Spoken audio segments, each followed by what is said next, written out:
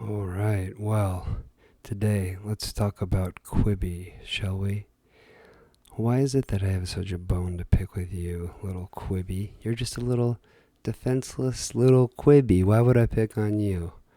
You're just here to just provide some entertainment for people, right? You're just giving us laughs. So, what's my bone to pick with you? Is it just a bad name or something? What is it because they got almost $2 billion in funding? Is this just kind of sour grapes? No, I think it's a little more than that. I think the spirit of this little concoction, the brainchild of one Jeffrey Katzenberg and Meg Whitman, both major players in their respective rights and their respective industries. I think the spirit of this from the very beginning has been fuck you. And I think that that spirit was built into this, and I think that the corona timing was just a perfect little fuck you back in spirit to whatever this thing was in the first place. I have a lot of bones to pick with Quibi, and when I started fucking jotting it down, I was like, Jesus Christ, there really is. They fucked virtually everything about this up. Everything that could have gone wrong kind of did. Not that I think it's a complete failure or anything. I think it more or less executes on what it was trying to do. I just think the gross miscalculation was how fucking stupid the average person was. And I think it showed, and I think it read like that. And I don't know, let's just jump right in. I got a few, like I said, I got a few bones to pick here. Um, I mean, let's start with the name, right? I mean, the name is fucking terrible. I don't think nobody would argue with the name being fucking terrible. And maybe the real artist figuring out why, because you can just kind of feel Quibi just feels a little fucking weird to say it. But really, what are we talking about here? We're talking about a blatant fucking attempt for some corporate boardroom to be creative in the same way some grassroots like Google or Facebook or something that was built from the ground up. The fact that they have this kind of name cachet, here's Quibi, not exactly started in someone's fucking garage, $2 billion before anyone's even seen a single show. And you can hear it, right? Like YouTube, Netflix.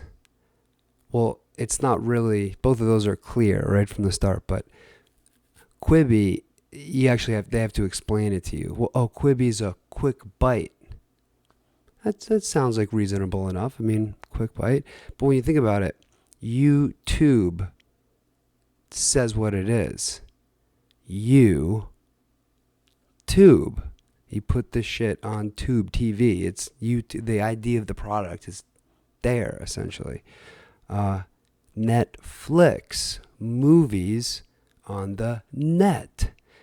This shit is fucking kindergarten level. I think everybody knows. But they wanted a little piece of that action. Quibi.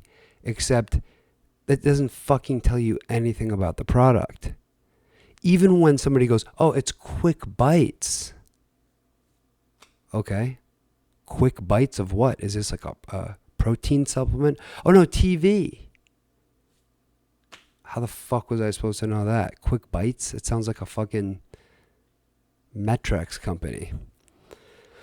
It's all in a name, right? This is not trivial. This is not trivial shit. This is not trivial shit by any means. All right, so let's see the little dog tail and the good dog. So Quibi, quick bites. But you could tell, oh, Quibi, it wants to have that like zany Google, Yahoo, Quibi. So they kind of, you can feel the market research here, right? Them kind of triangulating. Oh yeah, we want the almost like infant, blue, Yahoo, Google, Baby Talk, like Google, Quibi, and the YouTube, Netflix. You can just, and even if you might not have stopped to like think about that actual breakdown, you intuitively felt, like this shit's fucking, there's something off about this. And then to make matters worse, in their fucking ad campaign, they've been trying to make Quibi an expression, like a measure of time, I guess. Oh, I'll be back in a Quibi. I'll be back in a Quibi. Well, what was that, honey? I'll be back in a Quibi, like the new streaming service. I think I heard about it. What do you mean? Well, Quibi means quick bite. So like back in a Quibi is I want a divorce. You know what I mean? That's what we're talking about here though, right? I mean, they were blowing serious loot on YouTube, just fucking hammering people with these ads, blah blah blah. Back in a Quibi. Oh, sir, your table will be ready in a Quibi. Fuck you. Seriously, fuck you for trying to make that a fucking thing. And what's funny is, I was getting some like gigs as a screenwriter and stuff like that. I probably shouldn't say this now that I'm bashing DreamWorks founder, whatever.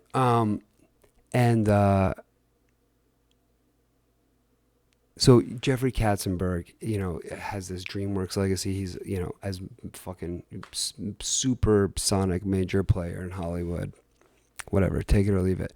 But, he's got a serious reputation and doing some serious shit, whatever.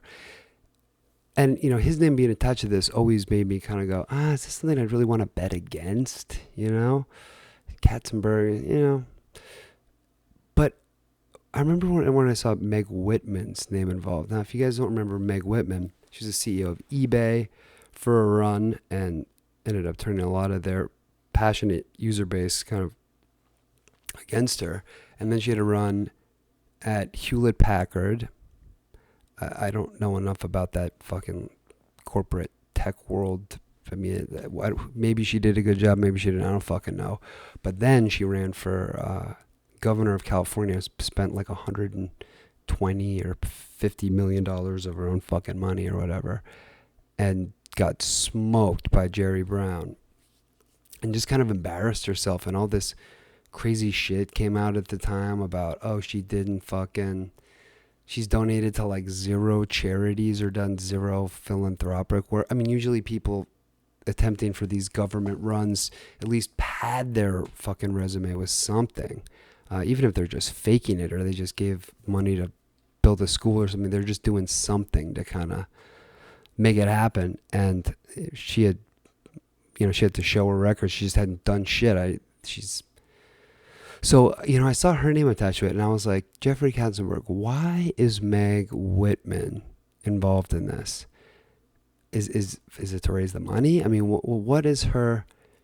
Because I guess she's kind of framed as like a tech CEO, eBay, Hewlett Packard, whatever. But she's more of this like corporate fucking game, corporate hustle than like, it's not like she founded Apple in her garage or something like that. That's not her fucking pedigree. She's one of these people you like bring in once it's something and she's like, I'm going to run the company. And okay, whatever. And so it's like her involvement in this is like, what? Like, in what do we really believe her to be kind of like a capable CEO of a streaming platform that's going to compete with Disney and YouTube? Well, we'll discuss its competitors in a sec. But so anyway, just seeing her name involved in it made me kind of go, Katzenberg, I wouldn't want to bet against him. But with Meg Whitman, does that kind of cancel out? I don't know. So, and this was a kind of a suspicion I had as I was trying to imagine this service, and I guess we haven't gone over this yet. I'm kind of assuming you know it. If you don't, that's kind of a testament to how shitty their marketing is. The idea is they were going to do a streaming service, mobile phone only, so no computer, TV, website, whatever, just on your phone, and nothing would be longer than 10 minutes. That's what they were quantifying as a quick bite. Less than 10 minutes. I think between 6 and 10 minutes. And the idea being that they'd like break movies up into chapters. So if it's, a 90-minute movie, you watch 9 of these 10-minute chapters. Presumably, you get into it and you're left with a cliffhanger at the end of each one or something. I don't know. But that's the idea. That's the pitch. But I think the issue with that is, like, why the arbitrary limitation to the phone? Like, they're saying, oh, we wanna be your go-to thought, when you have time at the dentist office, you're on the subway commuting to work, whatever it is. You got these little 10-minute chunks, and you got your phone on you, so. That's the pitch here. That's the sell. And they really wanted to differentiate themselves from YouTube because they're going high end. They want high production values. They're going heavy on the celebrity shit. Great, which is, anyway, we'll get to that too. But so they're saying, okay, we want to grab this time. And we believe that because of this kind of reduced attention span that we've noticed with people, this is what they think. This reduced attention span that we'll just kind of fill in that hole. But that's what YouTube's already incredible at, and YouTube has everything: high production value, low production value. Maybe not original shows made for it, but an endless supply of fucking podcasts and shit on the go, funny videos and John Oliver clips. I mean, whatever you fucking, pretty much whatever you want, it's there or something like it adjacent. I mean, that's an incredible feat, and that's just YouTube. That's on your phone and your computer and everything, and it's free. So, and then let's add in the fact that Netflix too, you can watch on your phone, and you can just watch 10 minutes of Ozark or something. I mean, is it that satisfying? No, but if you're some psycho that needs to fill every second with a movie or a show or something like that, I mean, is there really that much of a difference between a 10-minute chapter? Because also then what, it's just kind of the whole pitch of it. And the short attention span, the little 10-minute chunk thing. I don't buy the short attention span thing. I think that's just tossed around like, attention spans are so short. Are they though? Are they really? Like, the average kid can play 17 hours of Call of Duty and not sleep or eat. I can listen to a 3-hour podcast. Like, it's not a huge deal. I mean, I don't do it all the time, but if something's really fascinating, yeah, I'll listen to the whole fucking thing. It's not like 7 minutes into something I'm fascinated by, I go, I'd love to learn more about this, but man, my 10-minute attention span is just fucking, it's done. I mean, if I try to focus for more than 10 minutes on something that I really love, I think what they're so Quibi's kind of showing their hand here a little bit, right? They're smart enough to realize you're only going to want to watch 10 minutes of their shit, the kind of shit they're going to do. You're going to watch 10 minutes of Chrissy Teigen's court show or some punked remake or something like that. Unoriginal, stupid bullshit. Just like the fact that they only have to fill the bag of Doritos, the bottom third, because after that, you're just like, I ate enough Doritos. It's like, it's not like some choice cut that you're just savoring every bite and, I wish there was more. Man, that was incredible. That'd be like The Wire or something where you're able to just binge episode after episode. You're just, whoa, God, it's just so juicy.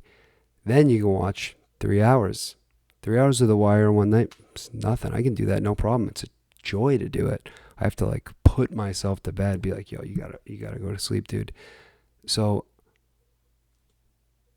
when it comes to Quibi, it's like, yeah, I wouldn't do well watching more than 10 minutes of some piece of shit daytime TV show that I can tell nobody cared about and is some lazy cash grab rehash of some stupid bullshit I've already seen a million times. That's not impressive. That's not something that's going to hold my attention for 3 minutes. So the length of it is actually way. They're touting it like, oh, look at this, we got it in 10 minutes. But it's like, yeah, but 10 minutes of what? If it's 10 minutes of stupid crap, then who gives a shit how long it is? I don't care how small you make the bite. If it's a piece of shit, I'm still just eating little pieces of shit. And I mean, even what's the best case scenario that they make some? Let's say they made Joker for Quibi. Let's say that's like the best case scenario of or like the highest I could imagine quality level I could imagine them producing it in terms of like performance, budget, set design, whatever, score. That's dreaming to think it's even possible. But let's just pretend it is for a second. Let's just pretend that it is possible. Now you're just going to break it up into 10-minute chunks that I can only watch on my phone. So if you guys had bought the rights to Joker, I'd, instead of just getting to watch the fucking movie, I'd now have to watch it in 10-minute intervals. Not to mention at $4.99 a month price point, there's still ads. So there would be ads in the middle of Joker. And I'm paying for it. YouTube does make you do. And it's only on my phone.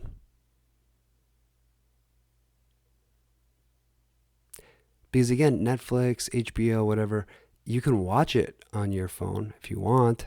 But if you want to just fucking enjoy it in, your home theater, you're welcome to. And with Netflix, they even have the fucking common sense to know some of these movies should actually be on the big screen because they're works of art. They're not made for shitty little phone land. Fucking hurt Neckville. So what the fuck? It floors me. When you say it out loud what it actually is, it's a fucking joke. And that price point is absurd. It's $5 with ads a month, mobile only, for their fucking original content. Okay. I think it's $8 for no ads. So they hit you both. It's not like Spotify, YouTube. They have premium offerings, but you gotta, fork up if you want to get rid of the ads. That's actually a pretty fair system. Hey, if you don't want to pay, that's how we make the money, the ads. I think, okay, that's a pretty straight up deal. Your choice to decide if you want to part with those $10, $12, whatever.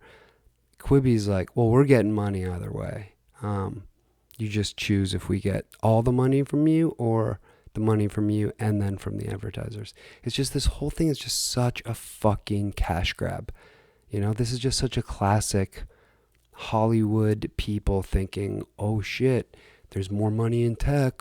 How do we get that tech money? Raise a couple billion, give it a name like Google, Quibi. People will never know. These people are idiots with no attention span. This is what I think of my audience. They're idiots with no attention span. This is my Meg Whitman impression, by the way. That wasn't Katzenberg. Just to clarify. And just in classic Hollywood, just fucking,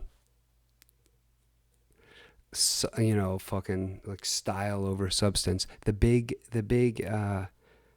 invention for Quibi, which they're being sued for, by the way, by some like Israeli company who's like, they stole it. Their big invention is if you're watching it horizontal and you flip it like this, the show just keeps playing and readjusts to that.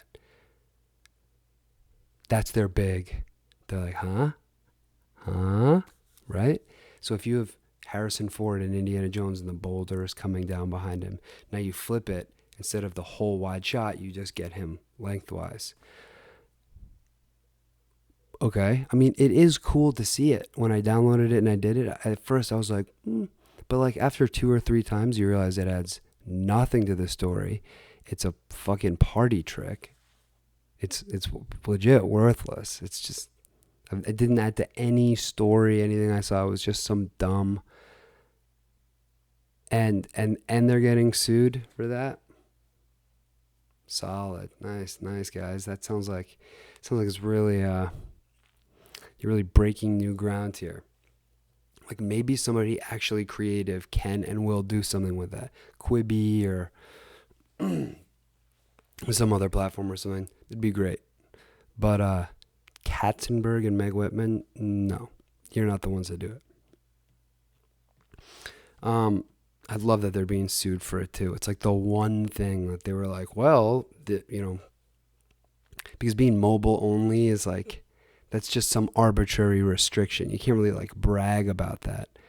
YouTube or Netflix or they could all say they're mobile only. It's just, you just have to decide, I just don't offer it anywhere else. It's not like impressive. You're just choosing to limit your audience's options arbitrarily for no fucking reason.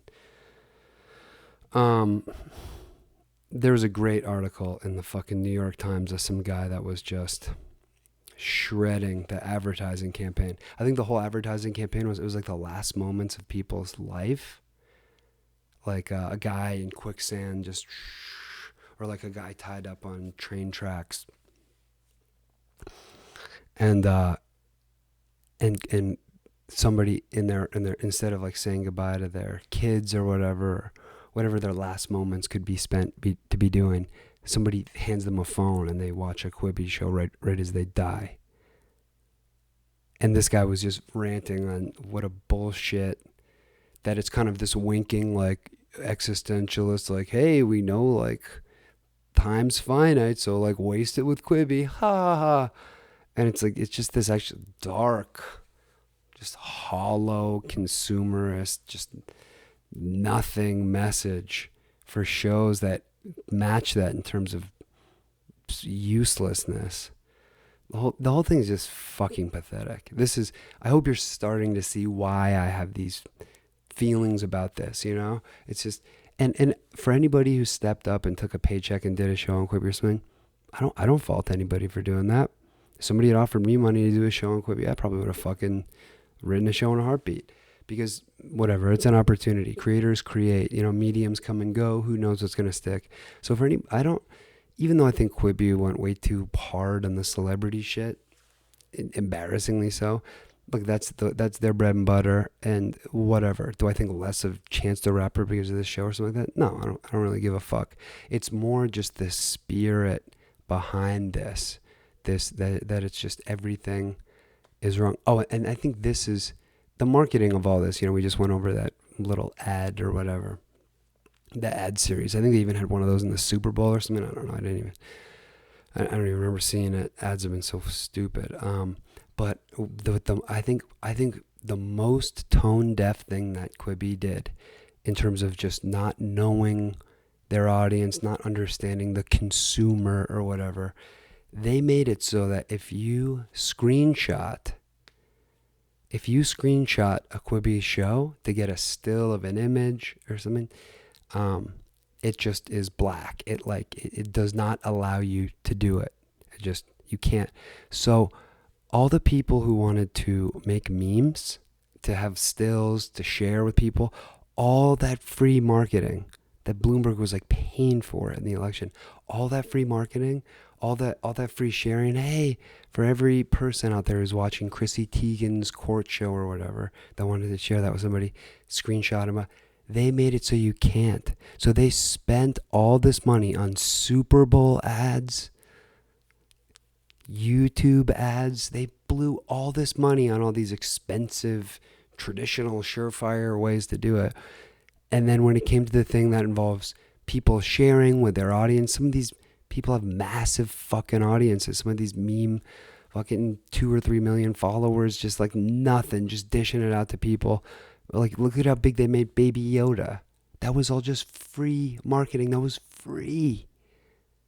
And it was from people interacting with people that they already followed and trusted, which has a way higher hit rate than fucking pay, like just YouTube ads that you see a million times and you resent, and you're like, fuck these assholes. Fuck this bullshit. So they completely screwed the fucking pooch on that, which is just incredible.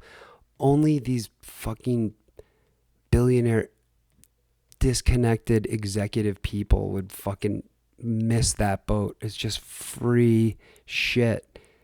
It just shows how out of fucking touch they are.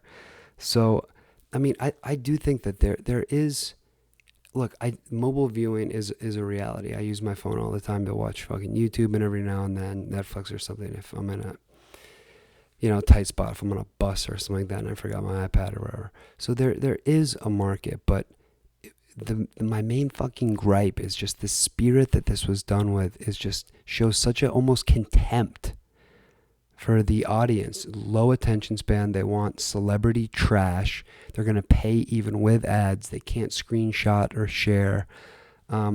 It's just, it just feels like such a fucking transparent piece of shit move, like in every way possible. And it kind of came and went. And the fact that its launch was slated for mid-lockdown was just perfect. Because everybody just has a TV right there to fucking watch. And instead Quibi's like, nope, you gotta use your phone. That's our thing, phone only. So you gotta love that timing. And then they stick with the launch, and they tried to cook the numbers with saying, oh, it has more downloads than Disney or something like that. And it was for that day. The day that it launched, it had more downloads than Disney Plus did, which is a completely unfair. Disney Plus has been around for a fucking while now, so it makes sense that they made it sound like the launch of Quibi was bigger than the launch of Disney Plus. Not true. I'm sure fucking Katzenberg gets on the phone. He's like, hey, you got to make this story sound good. You're going to get the scoop next time if you make this story sound good. So Quibi seems to have come and gone. Maybe some big show will put it back on the map. I highly doubt it. I saw that they're transitioning to TV already, to allowing you to do it on your TV. I mean, whatever. The shows are crap. This stuff lives and dies by the show. If it had a really badass show, if it had a House of Cards, if it had I don't know if Game of Thrones would even work on it, but if it had a Breaking Bad or something like that, some good serialized story, it could still break out. And I could be proven wrong. But from everything I've seen so far, this is being run by fucking a shitty tech CEO who's not a real tech CEO, who's actually not done that good a job at running for governor or at eBay or probably at Hewlett Packard. And then Katzenberg making a fucking transparent cash grab for Silicon Valley money and just failing to understand what world they're playing in. And it's like, as a writer, you're told, write what you know. Because if you just go way out of your fucking lane, you're risking being exposed for just not knowing fucking shit about what you're talking about. That's what happened to these motherfuckers.